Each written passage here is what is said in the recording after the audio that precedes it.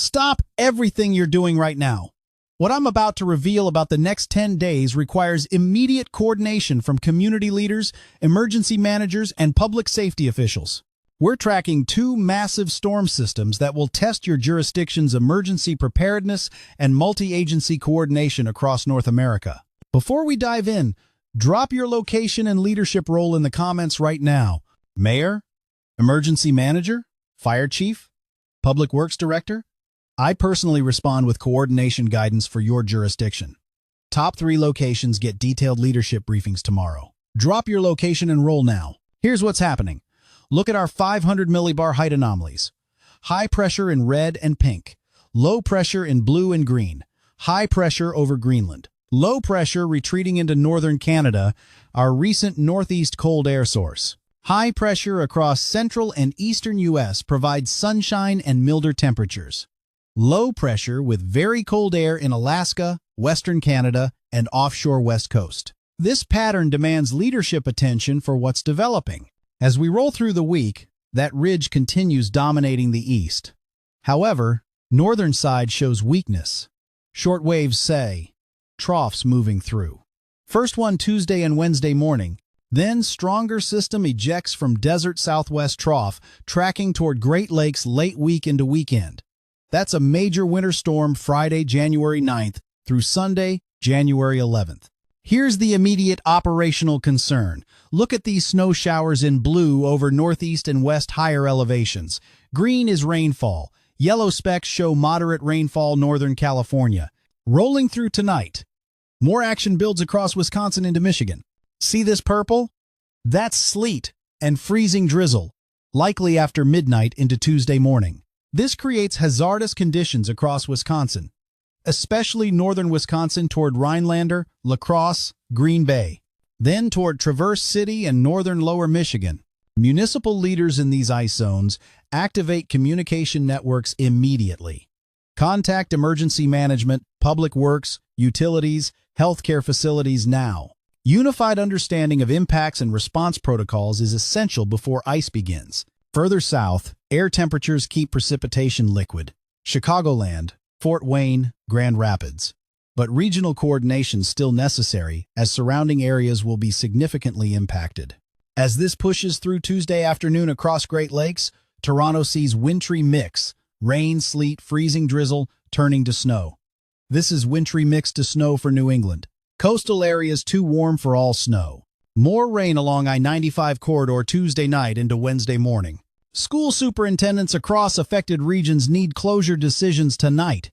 Regional coordination produces better outcomes. Individual districts closing while neighbors remain open creates confusion. Turning back west, Pacific Northwest, Cascades, Northern Rockies in Idaho, western Montana, Wyoming see snow prospects starting Wednesday into Wednesday evening. Total precipitation from now through Wednesday evening, January 7th, shows heaviest rainfall favoring Pacific Northwest, Seattle, Portland, Eugene, Medford, Oregon, northwestern California. A few inches possible, 1 to 3 inches on average. Public works departments in flood-prone Pacific Northwest areas clear storm drains and culverts before heavy rain. Clogged drainage causes localized flooding. This preventive maintenance can save properties. Once moisture moves inland, it becomes higher elevation snow across Cascades of Washington and Oregon, up into British Columbia, then Rockies, Canadian Rockies, into U.S. Rockies of Idaho, western Montana, Wyoming, traditional snow areas, Utah and Colorado. More New England snowstorm activity into upstate New York, Vermont, New Hampshire, Maine through Wednesday evening. Snowfall forecast shows few feet expected in Cascades. Also, watching northern Sierras and Rockies portions, including Canadian Rockies, into British Columbia and Alberta. Central U.S. minimal snowfall through Wednesday evening. Eastern areas 1 to 3 inches, with higher amounts possible. Greater than 3 inches upstate New York, Vermont, New Hampshire, western Maine. Some favoring Quebec and Ontario. Montreal could see several inches through Wednesday evening. Emergency managers in snow-affected New England areas should begin positioning resources and coordinating mutual aid partners for potential extended operations. I see why concerns with sleet and freezing drizzle across upper Midwest, especially Wisconsin, lower Michigan, Parts of New England, north and west of I-95. Light ice glaze possible. Not all-out ice storm, but enough for hazardous conditions requiring coordinated public works response. Wind gust potential through Wednesday evening shows highest in northern Rockies, Montana, Wyoming, northern Colorado, Canadian Rockies of Alberta, and British Columbia. Potentially over 80 miles per hour in higher elevations. Eastern U.S. may be breezy in central Appalachians through western Maryland into West Virginia Panhandle, gustier in New Jersey. Back to 500 millibar height anomaly. High pressure orange, red, pink, lower pressure blue and green. Through the week, ridge remains off east. Bigger storm system emanates from southwest trough tracking toward Great Lakes. Temperature analysis shows coldest air with parent trough in Alaska and western Canada. Also trough weakening eastern Canada, especially toward Nova Scotia. Ridge of high pressure with quieter weather and sunshine warms middle of country. Happened this afternoon, continues this evening and throughout week. Even warmer in east. Ontario and Quebec could be 55 degrees above normal, melting snowpack in southeastern Canada later this week. Wind chills get very cold, bitterly and dangerously cold in Alaska and northern Canada. Potentially 80 below zero wind chills northern Alaska. Later in week, maybe 90 below in Greenland. Now tracking major winter storm.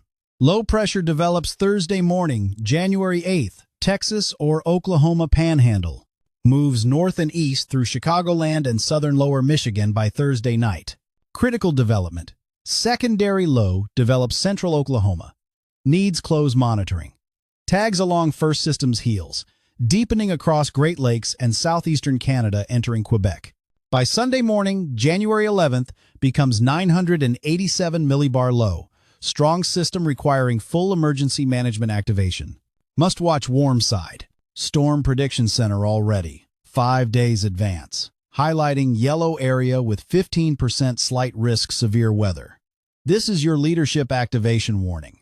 FX Western Kentucky, Western Tennessee, Northwest Alabama, much of Mississippi, Missouri Booth Heel, Eastern Arkansas, Northeastern Louisiana, Southern Illinois.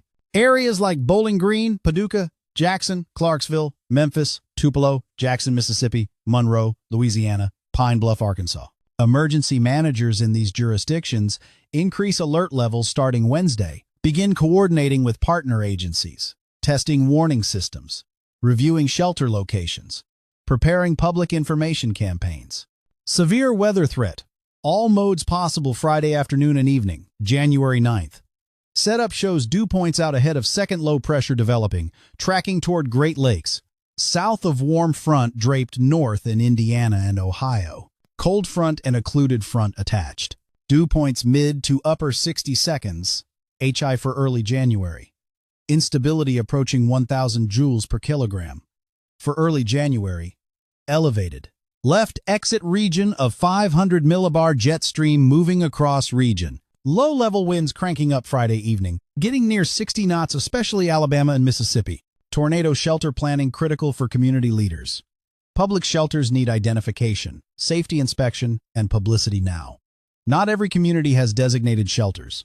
If your jurisdiction lacks adequate options, identify safest public buildings and communicate locations through multiple channels.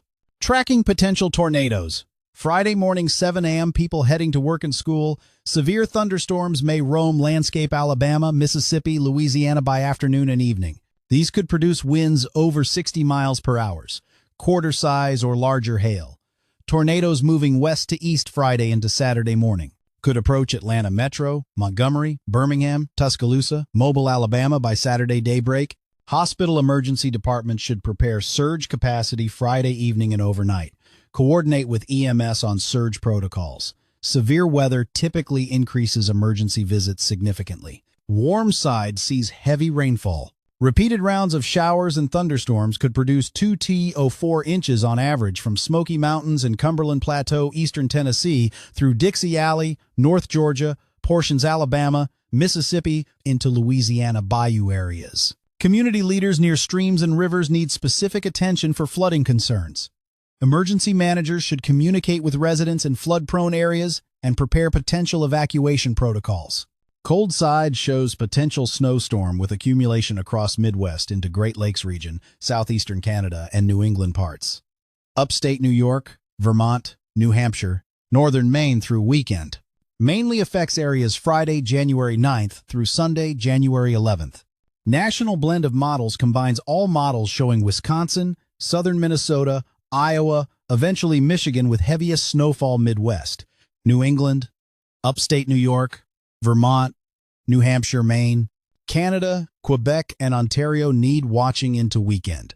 Public Works departments need full staff activation plans for multi-day snow operations. Can you stagger shifts maintaining operations through extended events? Snow removal priorities must be communicated clearly. Emergency routes first, main arteries second, residential streets third. After that storm passes, colder air currently over Russia and Scandinavia. Watch polar vortex return to North American continent around January 20th, after Martin Luther King Day. Cold air source comes back toward Hudson Bay, Canada, providing colder air. Warming centers become essential during this cold period with potential power outages.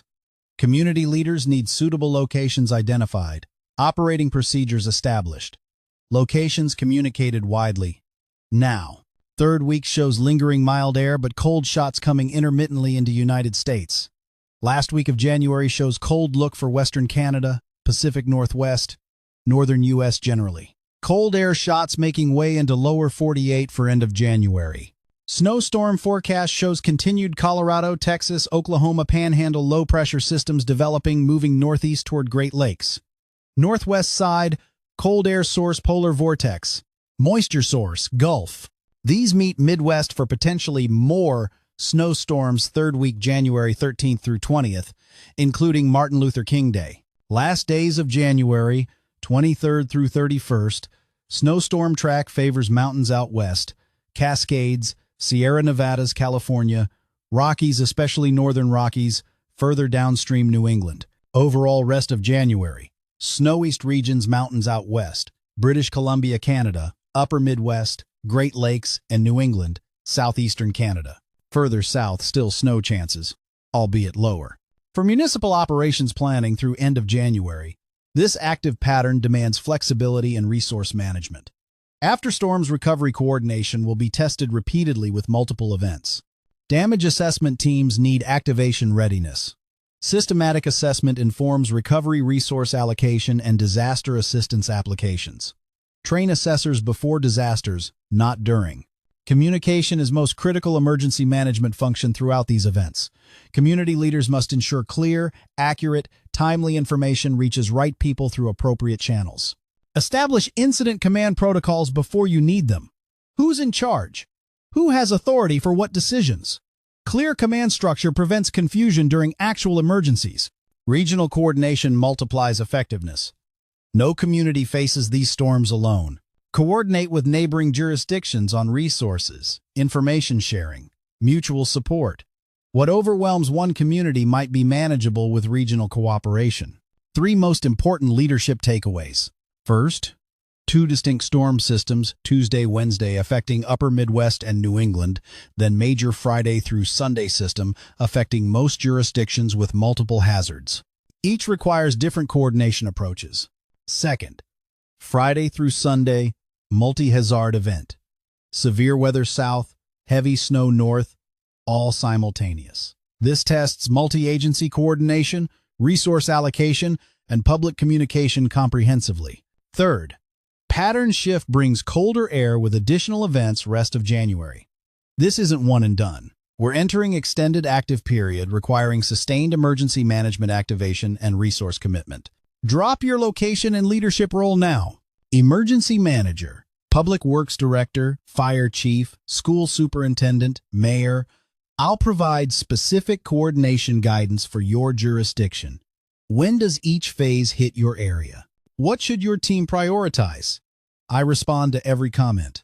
Top 3 locations get detailed leadership briefings tomorrow with coordination timelines and multi-agency guidance. Share with other leaders in your jurisdiction and region. If this helps your coordination planning, smash that like button. Subscribe for daily updates. Essential for sustained emergency management operations. Hit notification bell for real-time updates as operational details refine. Tomorrow's video covers latest model runs, refined forecasts, updated outlooks, and additional coordination-specific guidance. Your jurisdiction's response effectiveness depends on current, accurate information. Lead effectively, coordinate comprehensively, communicate clearly. See you tomorrow. Drop your location and roll now. Let me help you coordinate your jurisdiction's response to these storms.